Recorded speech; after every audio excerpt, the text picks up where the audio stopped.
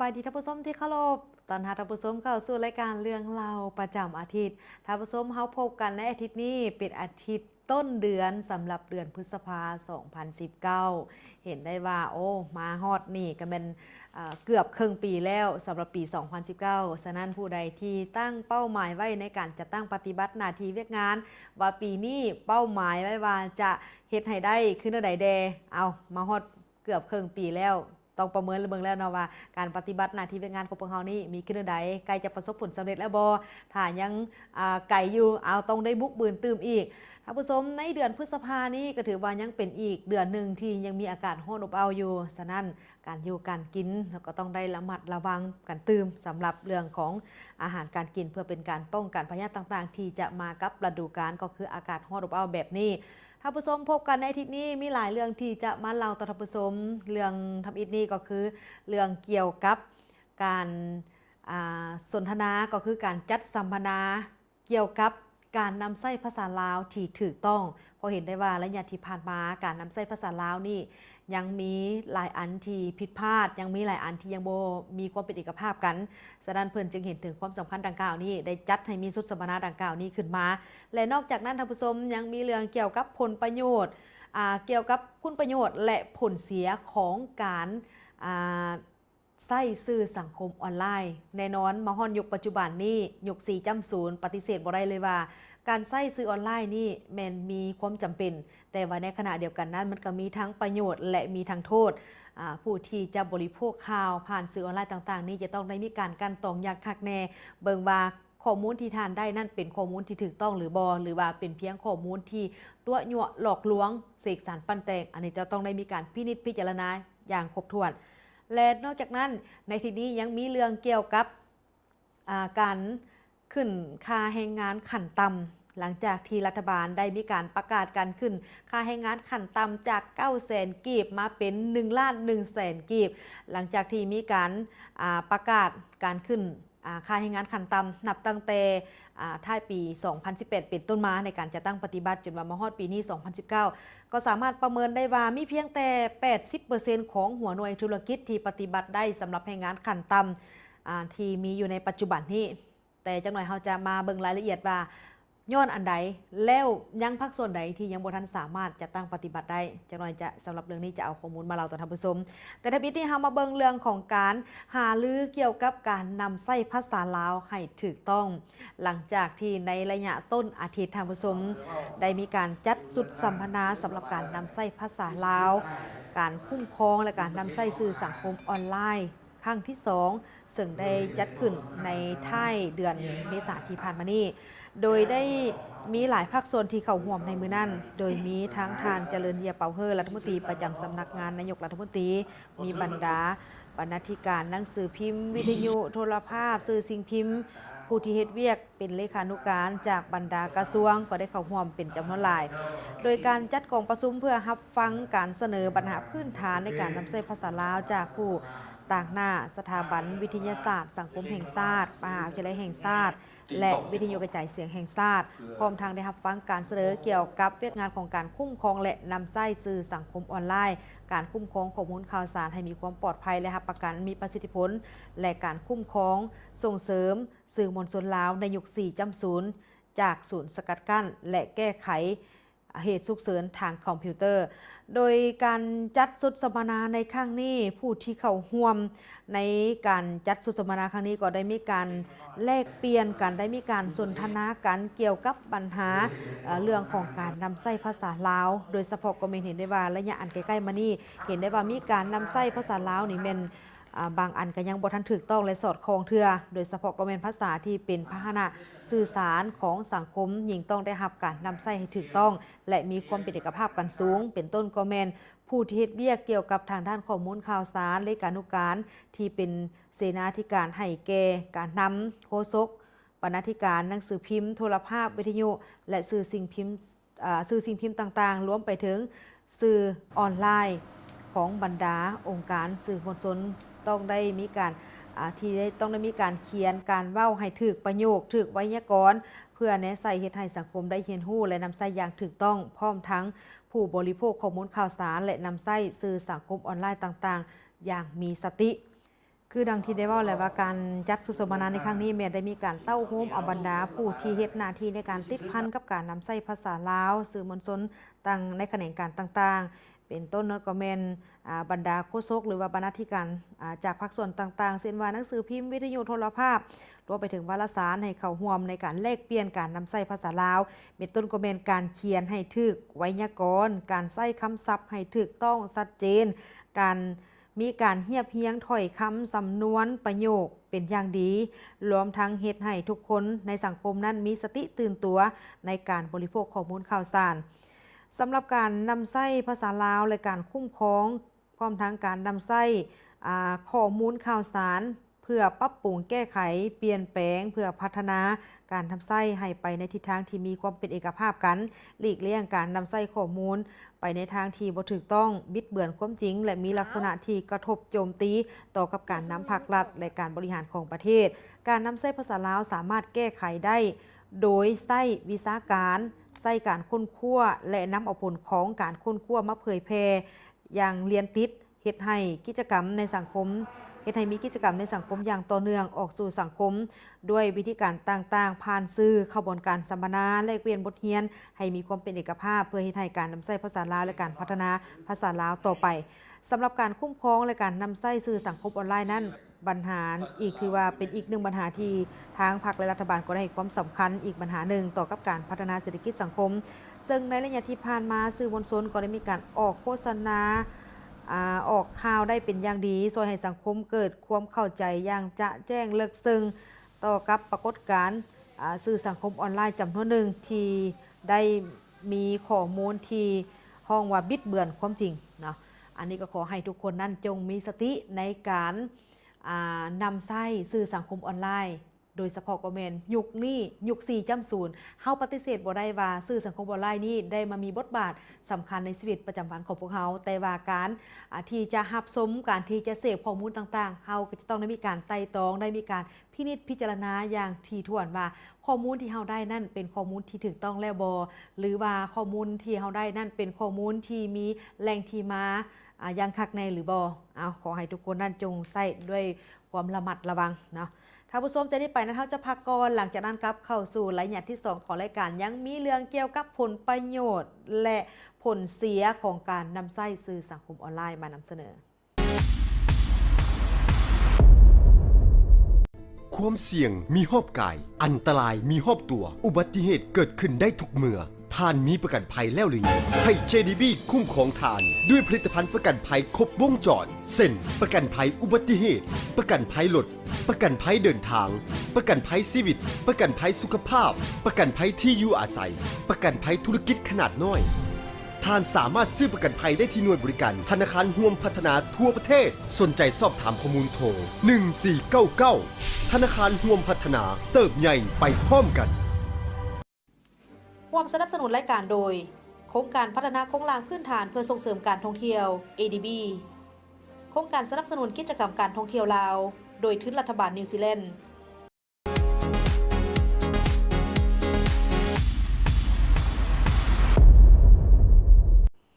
ท่านผู้ชมเข้าสู่รายงานที่2ของรายการหลังจากที่รายงานที่1เฮาได้นำเสนอท่านผู้ชมเกี่ยวกับการจัดสัมมนาเกี่ยวกับการนำใช้ภาษาลาวที่ถูกต้องควรเฮ็ดเอาใดรวมไปถึง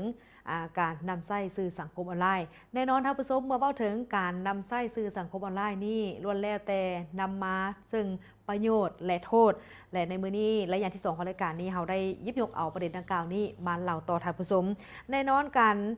นำใช้สื่อสังคมออนไลน์นี่ก็ถือว่ามาฮอดปัจจุบันนี้แม่นได้มีบทบาทเข้ามาในชีวิตประจำวันของพวกเฮานับมือนับหลายขึ้นสำหรับผลประโยชน์และผลเสียจากการนำใช้สื่อสังคมออนไลน์มีดังนี้คือศูนย์สกัดกั้นและแก้ไขเหตุฉุกเฉินทางคอมพิวเตอร์กระทรวงไปรษณีย์โทรคมนาคมและการสื่อสารเพิ่นได้ฮู้ว่าสื่อสังคมออนไลน์ในปัจจุบันนี้แม้ได้มีการเผยแพร่นำเสนอการประกอบความคิดเห็นรูปภาพวิดีโอในรูปแบบข้อมูลข่าวสารโดยผ่านเครื่องมือเช่นว่า Facebook WhatsApp Twitter อะไรอื่นๆซึ่งนับตั้งแต่ปี 1995 ได้มีเว็บไซต์ก็คือ www.clssmater.com ได้ถูกสร้างขึ้นเพื่อเก็บ กรรมสำหรับประวัตินักเรียนและข้อมูลการศึกษาอื่นๆนอกจากการค้นคว้าข้อมูลดังกล่าวนี้แล้วก็ยังสามารถสื่อสารกันได้อีกเช่นว่าการส่งข้อความการแลกเปลี่ยนข้อมูลร่วมกันระหว่างเพื่อนนักศึกษาด้วยกันตกมาฮอดในปี 1999 ก็ได้มีเว็บไซต์ก็คือเว็บไซต์ epinions.com เนาะได้มีการพัฒนาขึ้นมาอีกในระดับหนึ่งโดยผู้สมไส้เมนสามารถสร้างบัญชีของตนเองเพื่อเข้านำไส้และตอบรับ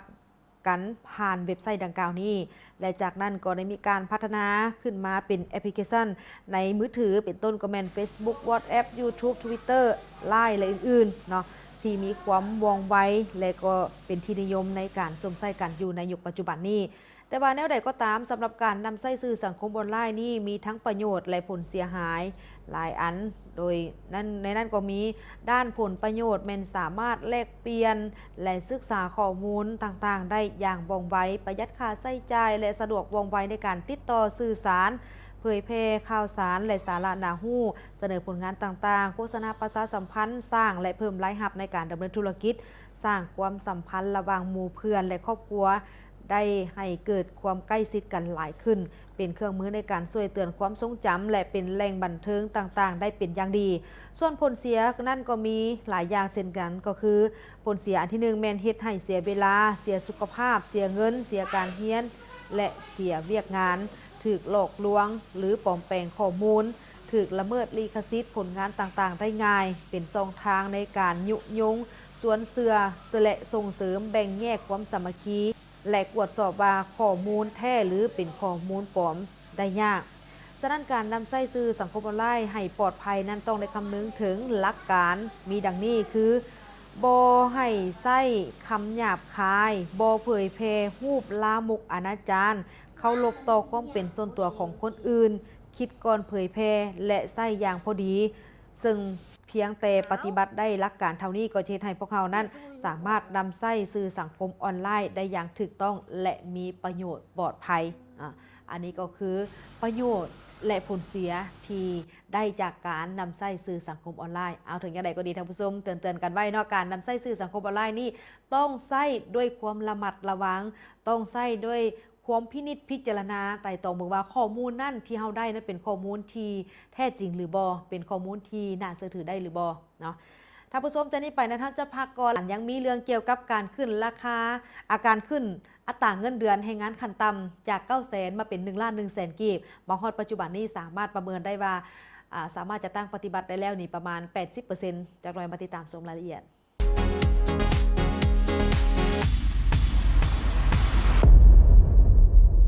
ความเสี่ยงมีหอบกายอันตรายมีหอบตัวอุบัติเหตุเกิดขึ้นได้ทุกเมื่อท่านมีประกันภัยแล้วหรือยังให้ JDB คุ้มครองท่านด้วยผลิตภัณฑ์ประกันภัยครบวงจรเช่นประกันภัยอุบัติเหตุประกันภัยรถประกันภัยเดินทางประกันภัยชีวิตประกันภัยสุขภาพประกันภัยที่อยู่อาศัยประกันภัยธุรกิจขนาดน้อย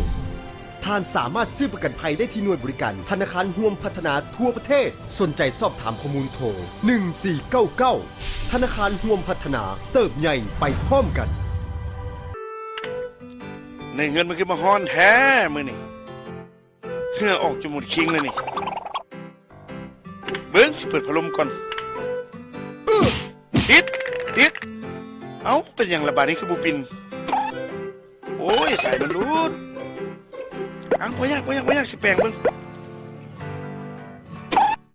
จ้ามันบ่คุ้มกับผลเสียที่จะตามมาควรนำใช้อุปกรณ์ไฟฟ้าที่ได้มาตรฐานเพื่อความปลอดภัยของตัวของท่านเองแบบนี้ก็ยินดีขึ้นกันทักสุดด้วยความปรารถนาดีจากรัฐวิสาหกิจไฟฟ้าลาว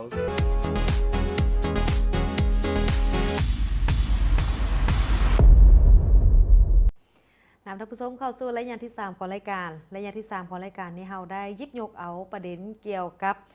การปรับขึ้นสำหรับแรงงานขั้นต่ำจากในเมื่อก่อนอัตราแรงงานขั้นต่ำนี่เงินเดือนอยู่ที่900,000 กีบต่อเดือนได้หลังจากที่รัฐบาลได้มีการประกาศให้มีการขึ้นสำหรับอัตรา เงินเดือนขั้นต่ำจาก 900,000 กีบมาเป็น 1,100,000 กีบในท้ายปี 2018 เป็นต้นมาและมาฮอดปี 2019 เนาะก็คือมาฮอดเดือนนี้เห็นได้ว่าเฮาสามารถจะตั้งปฏิบัติและก็สามารถประเมินได้ว่ามีเพียงแต่ 80 ส่วนห้อยของหัวหน่วยธุรกิจที่สามารถจัดตั้งปฏิบัติได้ก็คือให้งานขั้นต่ำจาก 900,000 กีบมาเป็น 1,100,000 กีบหลังจากที่รัฐบาลได้มีการออกแจ้งการเกี่ยวกับการปรับขึ้นสำหรับค่าแรงงานขั้นต่ำสุดของผู้ที่ออกแรงงานอยู่ในลาวจาก 900,000 กีบมาเป็น 1,100,000 กีบในปี 2018 มาฮอดปัจจุบันนี้ทั่วประเทศแม่นสามารถปฏิบัติได้เพียงแต่ 80% และยังเหลืออีก 20% แม่นยังบ่ทันสามารถจะตั้งปฏิบัติได้ต้นตอก็แม่นหัวหน่วยธุรกิจขนาดน้อยและกลางก็คือ SME บรรดาหัวหน่วยบรรดาโรงงานตัดเย็บธุรกิจครอบครัวหรือว่าแรงงานที่เฮ็ดเวียกชั่วคราวอื่นๆในนี้เองทางท่านหัวหน้ากรมคุ้มครองแรงงานกระทรวงแรงงานและสวัสดิการสังคมเพิ่นก็ได้ข้อมูลมาว่าเกี่ยวกับการปรับขึ้นสำหรับแรงงานขั้นต่ำสุดตามที่รัฐบาลได้เห็นดีให้มีการปรับขึ้นนั้นทางกรมในนามผู้คุ้มครองแรงงานก็ได้มีการจัดตั้งปฏิบัติต้นต่อก็แม่นการประเมินติดตามโดยอิงใส่กลไกการเฮ็ดเวียกของเจ้าหน้าที่กวดการแรงงานในขอบเขตทั่วประเทศปัจจุบันนี้ก็ทั้งกรมเองก็กำลังมีการประเมินคืนเพื่อพร้อมกันดำเนินการสำรวจบรรดาหัวหน่วยก็คือหัวหน่วยแรงงานต่างๆโดยเฉพาะก็แม่นได้สุ่มเอาหัวหน่วยแรงงานในแต่ละขนาดก็คือขนาดใหญ่ขนาดกลางขนาดน้อยในบรรดาแขนงการเศรษฐกิจแต่ผ่านการจะตั้งปฏิบัติก็บ่อาจปราศจากได้ทางห่างเสียงของสังคมที่ส่งเสริมให้เห็นว่ายังมีหลายบริษัทมีหลายหัวหน่วยแรงงานที่ยังบ่ทันได้มีการสามารถจัดตั้งปฏิบัติได้ในการปรับขึ้นสำหรับค่าแรงงานขั้นต่ำตามที่รัฐบาลได้มีการกำหนดเอาไว้ส่วนว่าทางด้านของทางสภาการค้าและอุตสาหกรรมในน้ำผู้ที่ใส่แรงงานเพิ่นก็ได้ให้ฮู้ข้อมูลว่ายังมีหลายโรงงานโดยเฉพาะก็แม่นธุรกิจขนาดน้อยและขนาดกลาง SME ที่ยังมีปัญหาการจ่ายค่าแรงงานขั้นต่ำอยู่ของลงมาก็แม่นธุรกิจครัวเรือนแรงงานเฮ็ดเวียกชั่วคราวรายวันเฮ็ดระยะสั้นและเป็นเวียกที่มีปริมาตรน้อยซึ่งปัญหานี้ก็จะได้มีการพิจารณาร่วมกันคืนใหม่3ฝ่ายเพื่อซอกให้ฮู้ถึงสาเหตุที่เขาเจ้าบ่สามารถจ่ายได้เป็นเพราะหยังและจะมีวิธีการในการแก้ไขขึ้นใดและก็คาดว่าในใกล้ๆนี้ก็จะมีการร่วมกันปรึกษาหารือในการแก้ไขปัญหาแรงงานขั้นต่ำเป็นปัญหาหนึ่งที่ยังได้มีการยกขึ้นมาทุกๆกองประชุมประจำไตรมาสของ3ฝ่ายพร้อมเดียวกันนี้ทั้งท่านรองประธานศูนย์กลางกรรมบาลลาวเพิ่นก็ให้ฮู้ข้อมูลว่าผ่านการจัดตั้งปฏิบัติแรงงานขั้นต่ำที่รัฐบาลได้มีการออกแจ้งการไปนั่นก็เห็นได้ว่าการจัดตั้งปฏิบัติตัวจริงแม่นเริ่มมาตั้งแต่เดือนกันยายนของปี 2018 จึงเฮ็ดให้สามารถปฏิบัติได้เพียงแต่ 80% และยังอีก 20% แม่นบ่ทันสามารถจัดตั้งปฏิบัติได้แม่นกวมอยู่ในโครงเขตโรงงานตัดเย็บอยู่บรรดาตัวเมืองต่างๆในขอบเขตทั่วประเทศที่เป็นหัวหน่วย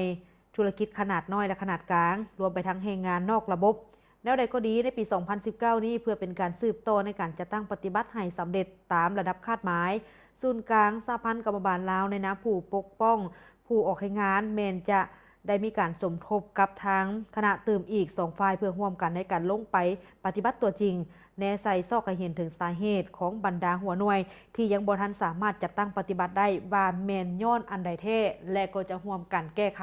คือดังเว้าแล้วว่าทางรัฐบาลได้มีการ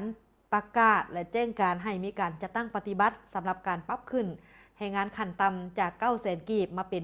1,100,000 กีบนับตั้งแต่เดือนกรกฎาคมของปี 2018 เป็นต้นมาจนว่ามาฮอดปัจจุบันนี้ก็สามารถประเมินได้ว่าได้แล้วมัน 80% แต่ว่ายังอีก 20% ที่ยังบ่ทันสามารถจะตั้งปฏิบัติได้อันนี้ต้องไปเบิ่งนำกันคืนว่า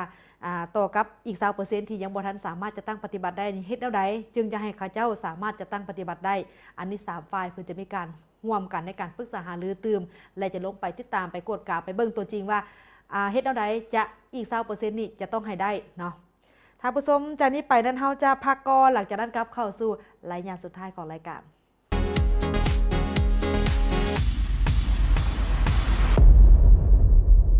ความเสี่ยงมีหอบกาย อันตรายมีหอบตัว อุบัติเหตุเกิดขึ้นได้ทุกเมื่อท่านมีประกันภัยแล้วหรือยังให้ JDB คุ้มครองท่านด้วยผลิตภัณฑ์ประกันภัยครบวงจรเช่นประกันภัยอุบัติเหตุ ประกันภัยรถประกันภัยเดินทาง ประกันภัยชีวิต ประกันภัยสุขภาพ ประกันภัยที่อยู่อาศัย ประกันภัยธุรกิจขนาดน้อยท่านสามารถซื้อประกันภัยได้ที่หน่วยบริการธนาคารห่วมพัฒนาทั่วประเทศสนใจสอบถามข้อมูลโทร1499ธนาคารห่วมพัฒนาเติบใหญ่ไปพร้อมกันร่วมสนับสนุนรายการโดยโครงการพัฒนาโครงสร้างพื้นฐานเพื่อส่งเสริมการท่องเที่ยว ADB โครงการสนับสนุนกิจกรรมการท่องเที่ยวลาวโดยทุนรัฐบาลนิวซีแลนด์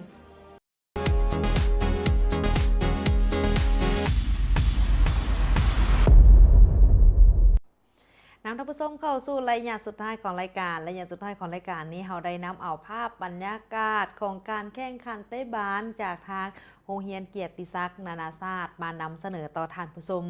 ให้ท่านผู้ชมไปเบิ่งภาพบรรยากาศพร้อมๆกันเลยเนาะเห็นว่าในมื้อนั่นเนาะในมื้อวันเสาร์ที่ผ่านมามี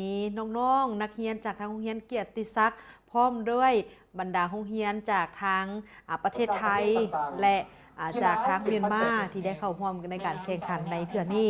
สำหรับการแข่งขันเตะบาสนานาชาติที่ทางโรงเรียนเกียรติศักดิ์ได้จัดขึ้นครั้งที่1นี้แม่นได้มีขึ้นในมื้อวันที่27เมษายนที่ผ่านมาโดยแม่นทางโรงเรียนเกียรติศักดิ์นานาชาติได้จัดงานมหกรรมบาสเตะนานาชาติ